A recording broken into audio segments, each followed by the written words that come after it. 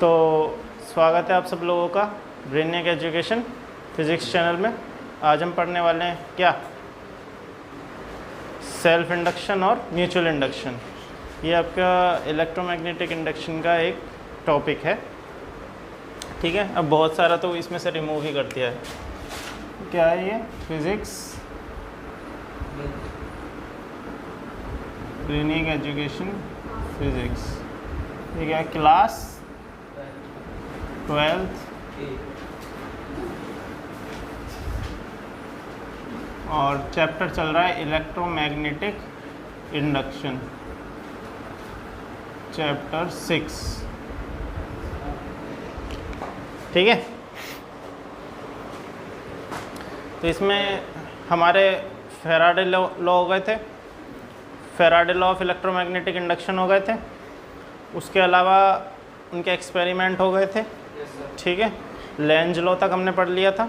Lenz law क्या होता है? वो हमें इंड्यूस्ड करंट की क्या देगा? डायरेक्शन देगा। तो उसने ये बताया, इसके विषय में एक बात याद रखना, उसने हमें क्या बताया था कि जो इंड्यूस्ड करंट होगा सर्किट में वो हमेशा अपने ही जनरेटिंग कॉज को क्या करेगा? अपोज करेगा, सही है। यानी कि अगर हम मैग्नेट लेके आ रहे हैं किसी कॉइल की तरफ और उसका हम नॉर्थ पोल लेके आ रहे हैं तो कॉइल में भी नॉर्थ पोल उस साइड में क्रिएट होगा, और जैसे ही हम बैक जाते तो तुरंत साउथ क्रिएट हो जाएगा, ठीक है। अब हम बात करेंगे किसकी? सेल्फ इंडक्शन की, सही है। किसकी? Self induction.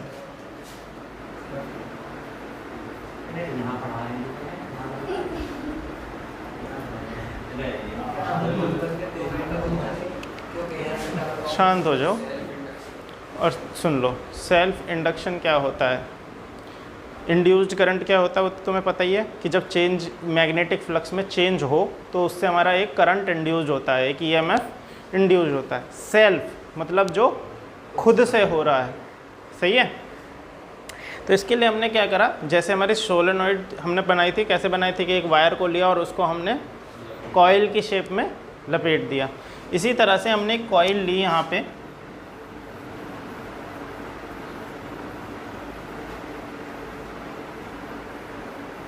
ये हमने एक कॉइल ली और जैसे ही हम इसको यहाँ सर्किट से कनेक्ट करते हैं, एक हमने इसको एक कॉइल ली और जब हम इसमें करंट पास करते हैं तो करंट कैसे पास करेंगे? हमने क्या किया, इसको बैटरी से कनेक्ट कर दिया।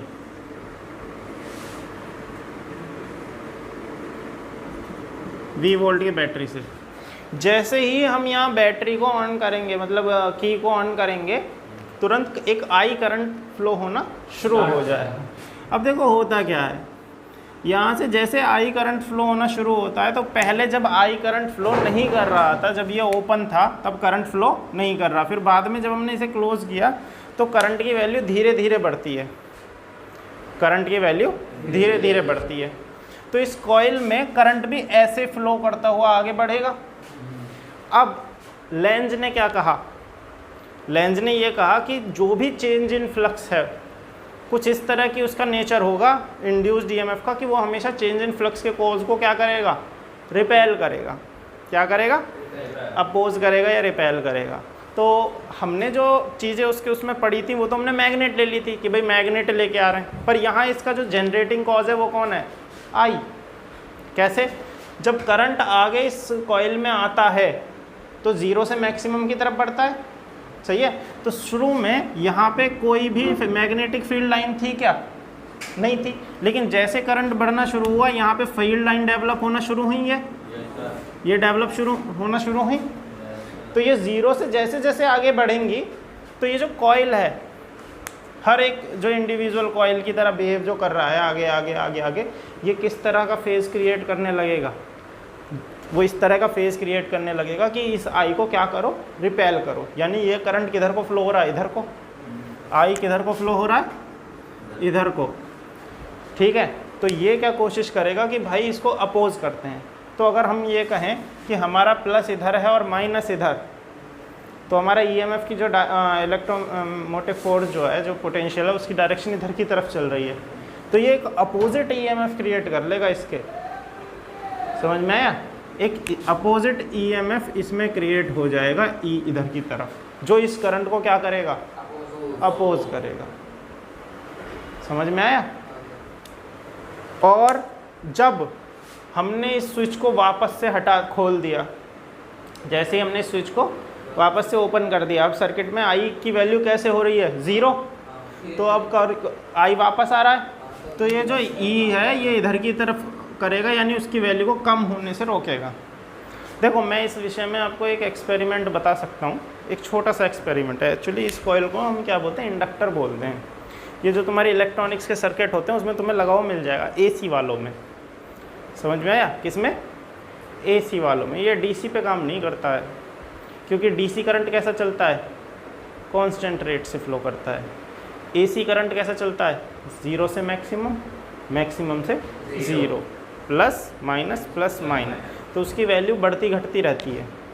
अगर हमने बोला 5 एम्पियर का अल्टरनेटिंग करंट है, तो डीसी तो पूरे टाइम 5 ही एम्पियर रहेगा, लेकिन एसी की वैल्यू हर टाइम पे अलग अलग होगी। कैसे? वो पहले 0 से 5 तक जाएगा, फिर 5 से 0, फिर -5, फिर 0, फिर +5, फिर 0। तो उसकी वैल्यू हर पॉइंट पे क्या हो रही है, चेंज हो रही है। इसीलिए फ्लक्स भी चेंज हो रहा है। तो ये याद रखना, ट्रांसफॉर्मर जैसी चीज़ें, जनरेटर जैसी चीज़ें, जनरेटर तो खैर अब हमारा डीसी भी आता है, डायनामो, पर जो ट्रांसफॉर्मर है क्या करता है, step up step down, AC current को ही करेगा, डीसी को नहीं बढ़ाया घटाया जा सकता। सही है? क्योंकि जो फ्लक्स वाला केस है ये किस करंट में चलता है, एसी में, डीसी में नहीं चलेगा। ठीक है? तो देखो एक एग्जाम्पल के तौर से इसको समझो कि ये बेसिकली कर क्या रहा है। ठीक, मान के चलो हमने यहाँ पे एक इलेक्ट्रिक बल्ब लगाया, ठीक, और एक यहाँ पे ये कॉइल लगा दी। ये जो कॉइल तुम फिगर में देख रहे हो, इस तरह की एक कॉइल, और इसके साथ हमने एक बल्ब लगा दिया यहाँ पे। ठीक है? और हमने यहाँ इसको एक सप्लाई से जोड़ दिया।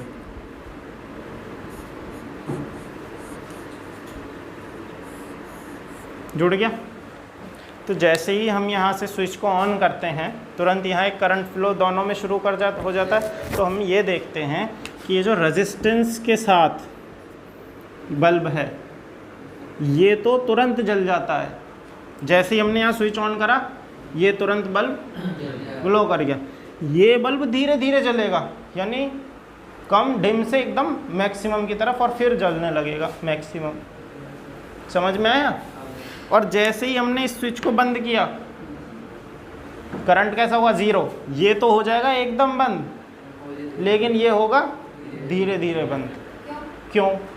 इसको सुनो। जब यहाँ से करंट की वैल्यू बढ़ती है तो ये जो कॉइल है ये एक अपोजिट ईएमएफ जनरेट कर देती है, जो इस करंट को आगे बढ़ने से रोकता है। तो करंट की वैल्यू बढ़ेगी तो, लेकिन कैसे बढ़ेगी, धीरे धीरे बढ़ेगी। इसीलिए ये बल्ब धीरे धीरे ग्लो करेगा।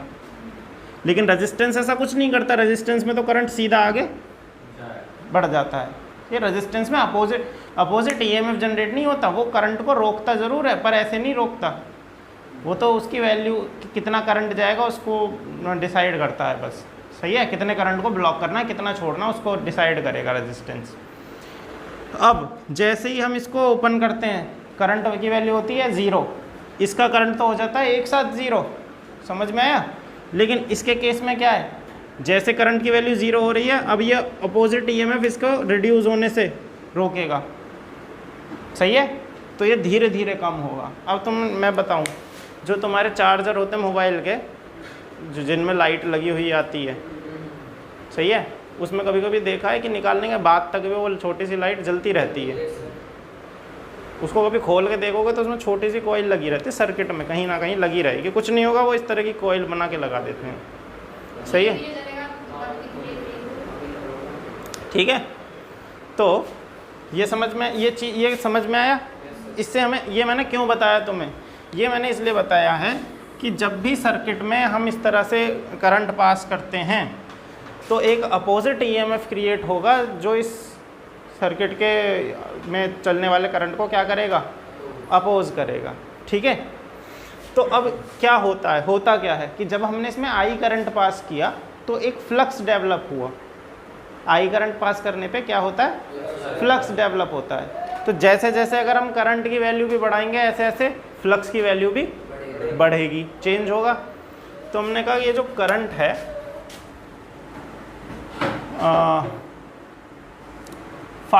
इन फ्लक्स जो है वो डायरेक्टली प्रोपोर्शनल होगा किसके, आई के। सही है। तो आई क्या है, flow of current in coil, flow of current in coil. और फाई हमारा क्या है, फ्लक्स विद द कॉइल। सही है, ठीक। अब आगे यहाँ पर हम एक इसको, ये क्या है, प्रोपोर्शनल है इसके। फिर जब हम इसे इक्वल करते हैं तो यहाँ पर हम एक कांस्टेंट लगाते हैं, दैट इज़ एल। और ये जो एल है इसी को हम बोलते हैं कोफिशिएंट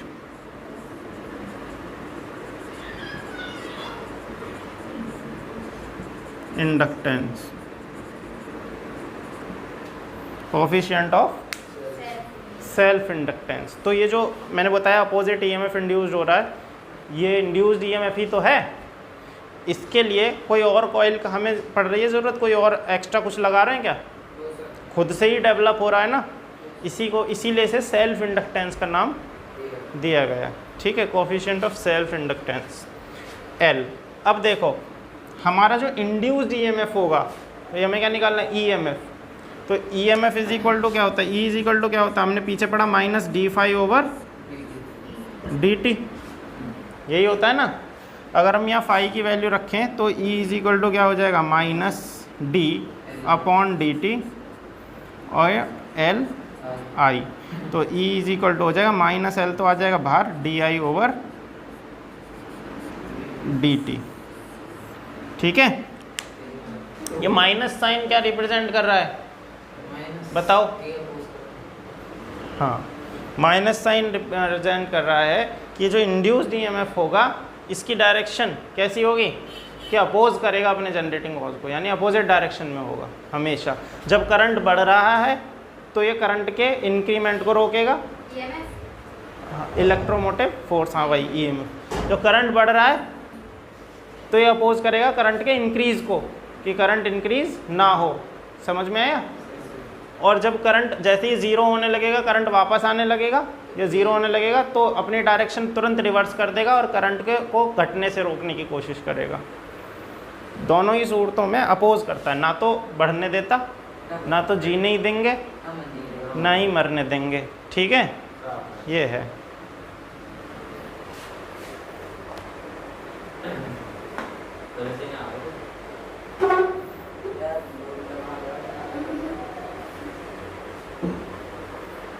तो सेल्फ इंडक्टेंस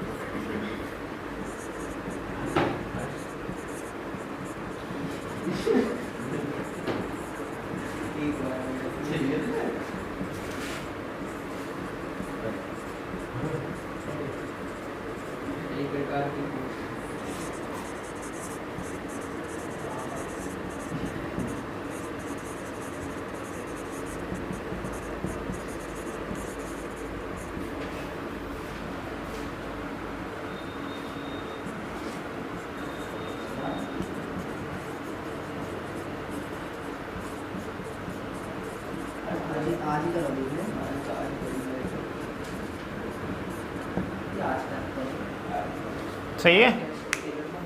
सेल्फ इंडक्टेंस एक प्रॉपर्टी है जिसकी वजह से कॉइल किसी भी तरह के करंट के चेंज को अपोज करती है अपने अंदर। ठीक है, पर देखो मैंने जैसे फिर बताया, जैसे आपने पीछे रेजिस्टेंस पढ़ा, कैपेसिटर पढ़ा था, इसी को बोलते हैं इंडक्टर। क्या बोलते हैं, कॉइल, या तो कॉइल बोल लो या इंडक्टर बोल लो। ठीक, अब ये जो काम है, ये जो काम करेगा ये सिर्फ एसी सर्किट में करेगा, डीसी में ये कॉइल काम नहीं करते। अगर तुम सोचो डीसी सर्किट में लगा दूँ इस कॉइल को तो काम नहीं करेगा, एसी सर्किट में ही काम करेगा। डीसी सर्किट में रेजिस्टेंस काम कर सकता है और कैपेसिटर काम कर सकता है। इसीलिए जो इलेक्ट्रॉनिक्स का सामान आता है ना तुम्हारा, कुछ भी, चाहे तुम्हारा होम थिएटर हो, चाहे टीवी हो, कुछ भी जो सीधा डीसी पे काम कर रहा है, उसमें तुम्हें कॉइल लगी हुई नहीं मिलेगी। ठीक है, इस तरह की कॉइल नहीं मिलेगी तुम्हें, है। एसी वाली चीज़ों में तुम्हें कॉइल लगी हुई मिल सकती है। डीसी सर्किट जहाँ से शुरू हो जाएगा तुम्हें ऐसी कॉइल लगी हुई नहीं मिलेगी, क्योंकि डीसी सप्लाई पे फ्लक्स चेंज नहीं होगा तो वो काम नहीं करेगा। ठीक है,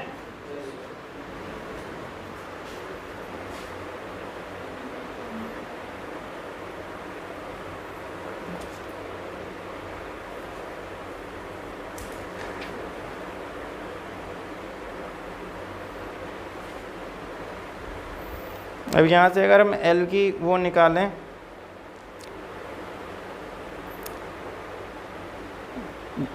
definition,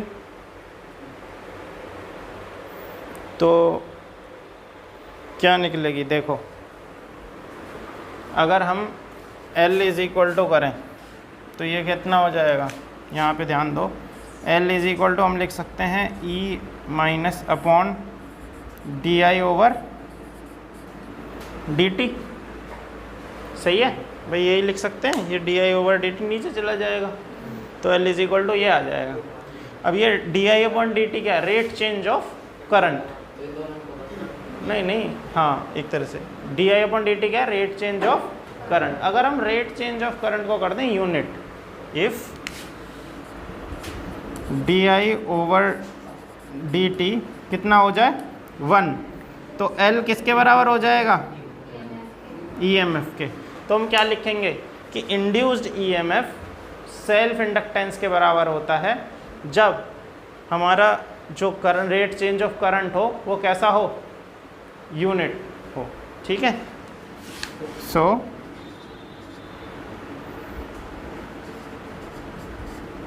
coefficient of self inductance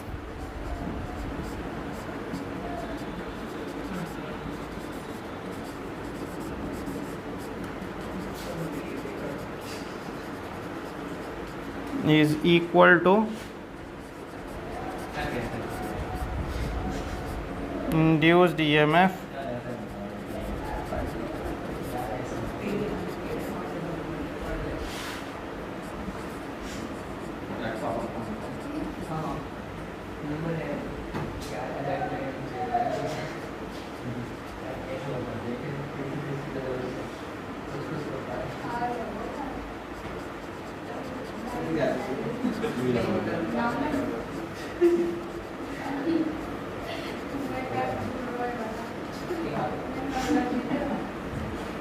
electric current. ठीक है,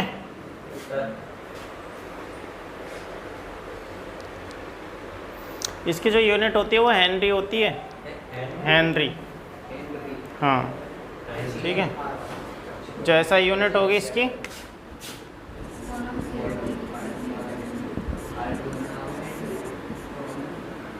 देखो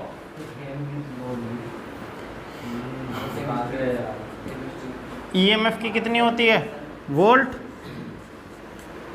सही है, अपॉन करंट की क्या होगी, एम्पियर, एम्पियर अपॉन सेकंड, और सेकंड कहाँ चला जाएगा, ऊपर, तो वोल्ट सेकंड अपॉन एम्पियर, और इसको हम बोलते हैं हेनरी। तो हेनरी ये इसकी यूनिट होगी, इसे H से रिप्रेजेंट करते हैं, कैपिटल H। देखो पिछले 11th क्लास में आपने पढ़ाई होगा, जो भी यूनिट किसी साइंटिस्ट के नाम से रिप्रेजेंट करी जाती है, हेनरी साइंटिस्ट का नाम था, हेनरी एक्सपेरिमेंट पढ़ा ना पीछे, तो उसको हम कैपिटल से रिप्रेजेंट करते हैं।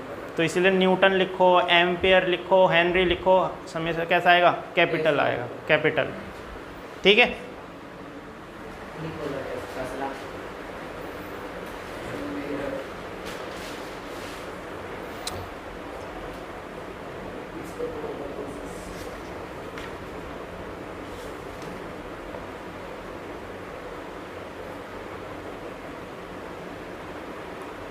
हमें गिवन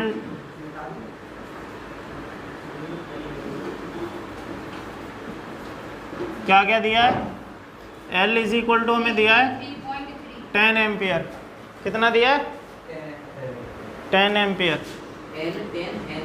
हाँ सॉरी 10 हेनरी ओके।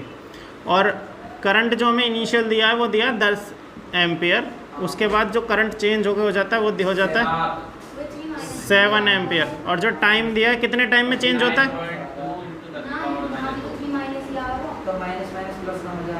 सही है।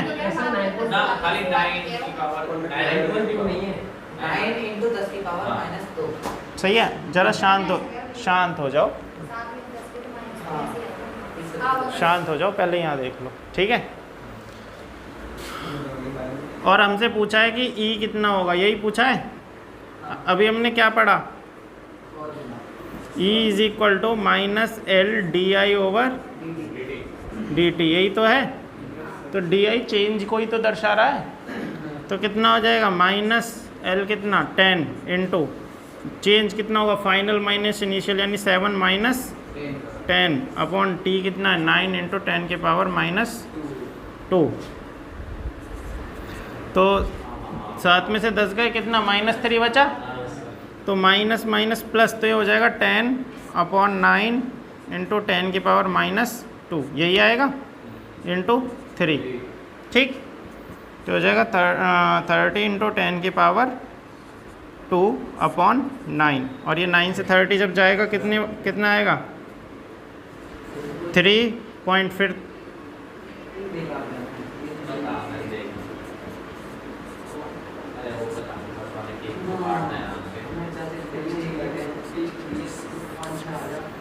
ठीक है। ये तो ऐसे कर लिया था तुमने।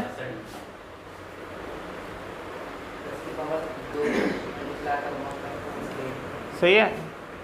3.3 आएगा समथिंग, क्योंकि 3 तो बचेगा, 2 पावर और है, तो ये पॉइंट कहाँ जाएगा 3 आता चला जाएगा। सही है, ठीक है। देखो अब निकालेंगे सेल्फ इंडक्टेंस। ये तुमने कॉइल में निकाला था, सोलेनॉइड पढ़ा है। सोलेनॉइड और कॉइल दोनों एक ही जैसी जो है शेप रखती हैं, दोनों एक ही चीज़ हैं, बस सोलेनॉइड थोड़ी क्या होती है लंबी होती है, सोलेनॉइड बड़ा होगा कॉइल से, ठीक है। तो उसमें कितना इंड्यूस्ड होगा ईएमएफ, उसको ज़रा देख लेते हैं एक बार। तो हमने कहा कि सोलेनॉइड है तो बिल्कुल सेम ही, चलो इसे जो इंड्यूस्ड ईएमएफ होगा वो अपोजिट डायरेक्शन में होगा, सही है।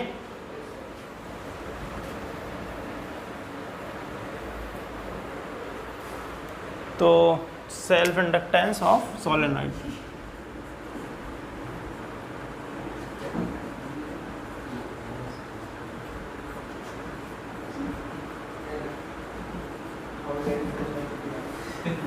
Self inductance of solenoid. शांत नहीं रह जाता तुम लोगों से, मैंने कहा शांत रहा करो, ठीक है। सेल्फ इंडक्टेंस ऑफ सोलेनॉइड, तुमने कहा सोलेनॉइड जो है वो एल लेंथ लंबी, उसकी लेंथ कितनी है एल है, ओके। तो जब करंट पास होता है तो उसमें क्या प्रोड्यूस हो जाता है, एक मैग्नेटिक फ्लक्स, एक मैग्नेटिक फील्ड पहले जनरेट होगा। तो आपने मैग्नेटिक फील्ड सुना होगा, उसका कितना है, कितना मैग्नेटिक फील्ड होता है सोलेनॉइड का, B is equal to mu naught NI, तो यही होता है। और N क्या है यहाँ पे, total number of turns. N हमारा क्या है, टोटल नंबर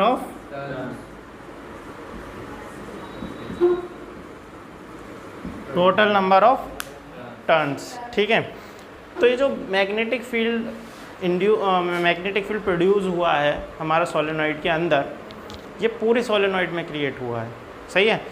तो मैग्नेटिक फील्ड जनरेट होना, इसका मतलब क्या है, इसका मतलब मैग्नेटिक फील्ड लाइन भी आई होंगी साथ साथ। किसी भी पॉइंट पर मैग्नेटिक फील्ड लाइन की संख्या ही बताती है उस पॉइंट पे मैग्नेटिक फील्ड कितना है, सही है। जहाँ पे फील्ड लाइन बहुत ज़्यादा वहाँ पे फील्ड भी बहुत ज़्यादा, ठीक है। तो हमने कहा इसका फील्ड कितना बना, हमने कहा म्यू नॉट NI बना। तो उन्होंने कहा इसका मतलब लाइंस भी आई होंगी, और जब लाइन आई हैं तो बाकी की जो कॉइल है उसमें फ्लक्स भी इंड्यूस्ड हुआ होगा, फ्लक्स भी जो है मतलब उसके साथ आया होगा, ठीक है। तो फ्लक्स कितना आया, हमने कहा फ्लक्स कितना होता है, फाई इज इक्वल टू क्या होता है BA cos थीटा। तो लाइनें तो जो डेवलप हो रही हैं वो एरिया के परपेंडिकुलर ही हो रही हैं, प्लेन के परपेंडिकुलर, तो कॉस थीटा कितना हो जाएगा हमारा 0, तो दैट इज़ 1। तो जो फ्लक्स हो जाएगा हमारा फाई इज इक्वल टू वो क्या हो जाएगा बी डॉट ए। अब ए क्या है हमारा, ए मतलब होता है एरिया ऑफ कॉइल, यही तो होता है, यानी ये जो कॉइल है इसका एरिया कितना है। ओके, अब ज़रा यहाँ ध्यान दो कि एक एरिया से तो काम चलना नहीं है, यहाँ तो नंबर ऑफ टर्न्स हैं, तो फ्लक्स सबसे पास होता हुआ जा रहा होगा। तो हमें क्या करना है, पहले एक का निकाल लेते हैं और फिर जितने नंबर ऑफ टर्न है उनसे मल्टीप्लाई कर देंगे। ठीक है, तुमने कहा एक से कैसे निकालें, तो इसने कहा हमें टोटल नंबर ऑफ टर्न पता है, तो एक में मैग्नेटिक फील्ड कितना इंड्यूस्ड होगा, हमने कहा इसे पर यूनिट लेंथ से डिवाइड कर दो, यूनिट लेंथ से डिवाइड कर दें तो हमें number of turn unit length पे पता चल जाएंगे। समझ में आया। तो हमने कहा जो मैग्नेटिक फील्ड है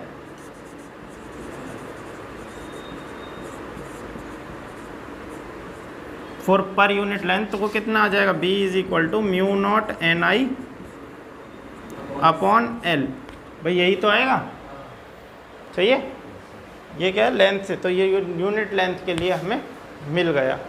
ठीक, अब अगर हम माने कि एक टर्न हमारा ए एरिया कंटेन करता है, एक टर्न, तो जो फ्लक्स होगा एक टर्न के लिए वो कितना हो जाएगा, फाई इज इक्वल टू हो जाएगा बी ए। तो बी मतलब mu naught N I upon L. वैसे मैं तुम्हें बताऊं, हाँ ठीक है, सही है नंबर, ठीक। ये तो है टोटल नंबर ऑफ टर्न, ये होते हैं टोटल नंबर ऑफ टर्न, और जब हम डिवाइड बाय एल कर रहे हैं ना तो वहाँ पे सॉरी ये तो है पर यूनिट लेंथ के लिए टर्न, और जब पूरे लेंथ के लिए करते हैं तो डिवाइड बाई से स्मॉल एन मान लेते हैं। ये क्या है, टोटल नंबर को किससे, यूनिट लेंथ से क्या कर देंगे, डिवाइड, यूनिट का मतलब टोटल लेंथ से। ये फ़र्क है दोनों में। ये जो एन है ये तो है पर यूनिट लेंथ,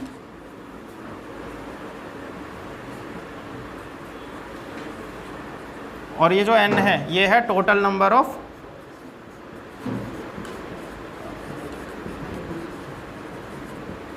ठीक है, सही है भाई। सीधी सी बात है, कभी कभी क्वेश्चन में हमें ये दिया जाता है कि हमने जो सोलेनॉइड में टर्न लगाए हैं वो total number of turn n है, तब तो हम सीधा n रख देंगे। और अगर वो ये कहे किसी भी सोलेनॉइड के पर यूनिट लेंथ पे इतने टर्न है तो टोटल लेंथ पे कितने टर्न होंगे उसको हम l से क्या कर देते हैं, मल्टीप्लाई। तो अगर हम टोटल नंबर ऑफ टर्न दिए हैं और पर यूनिट लेंथ पे निकालना है तो क्या करेंगे, लेंथ से डिवाइड कर देंगे, बस इतना ही तो है। तुमने वही यहाँ पे किया है, तो इसीलिए ये दो अलग अलग नोटेशन है, एक कैपिटल N है और एक स्मॉल n है। तो एक तो पर यूनिट लेंथ के टर्न दिखाता है और एक टोटल नंबर ऑफ टर्न दिखाता है। ठीक है, अब यहाँ से हम जब निकालेंगे तो इसकी मल्टीप्लाई कर देंगे। फ्लक्स इज इक्वल टू कितना होता है हमारा, B dot A, B d s cos theta या बी ए कॉस थीटा। अब एरिया हमने माना A, तो हमने सीधा A क्या मान लिया, A is the area of coil, A is the area of coil. अब ये तो एक टर्न के लिए हमारा फ्लक्स निकल गया, n टर्न के लिए क्या होगा, इसमें n की क्या कर देंगे, multiply. For n number of turn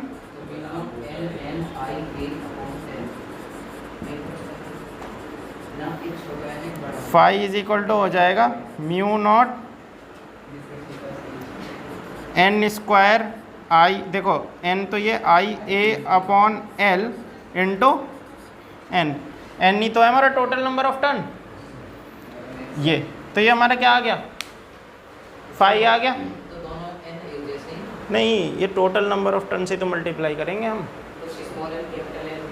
ये जो स्मॉल एन, ये कैपिटल एन है, ये पर यूनिट लेंथ पे टर्न है, और ये जो एन है ये टोटल लेंथ है। समझ में आया, टोटल लेंथ पे टर्न है, तो हम टोटल नंबर ऑफ टर्न से मल्टीप्लाई करेंगे ना, तो टोटल नंबर ऑफ टर्न से हमने मल्टीप्लाई कर दिया यहाँ पे। ओके, तो देखो phi is equal to this. Okay, ये क्या आ गया, फ्लक्स। अब हमारा सेल्फ इंडक्शन, हमें क्या निकालना, सेल्फ इंडक्टेंस निकालना, कोफिशिएंट ऑफ सेल्फ इंडक्टेंस, वही तुम निकाल रहे हैं सोलेनॉइड का। तो हमें पता है सेल्फ इंडक्टेंस क्या होता है, phi is equal to L I, यही होता है। अभी पीछे पढ़ा है हमने, फाई इज इक्वल टू क्या होता है, इन दोनों को रख देते हैं बराबर, तो L I is equal to कितना हो जाएगा, mu naught N square I A upon L, I से आई कैंसिल, तो एल इज इक्वल टू कितना आया। देखो एक काम करना, इस एल एल में कंफ्यूज हो जाओ, इस एल को तो स्मॉल एल मान लो, लेंथ वाले,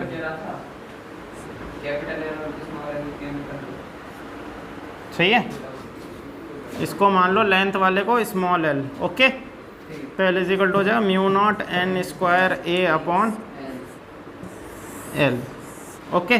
तो ये होता है सोलेनोइड का क्या, self inductance coefficient of self. तो अगर सोलेनोइड को लेके क्वेश्चन आता है तो आपको ये फॉर्मूले का यूज़ यहाँ पे करना है, ठीक है। अब इसमें एक म्यूचुअल इंडक्टेंस और रह गया है, कल पढ़ेंगे उसे, चलो कल कर लेना, ठीक है। ये समझ में आया।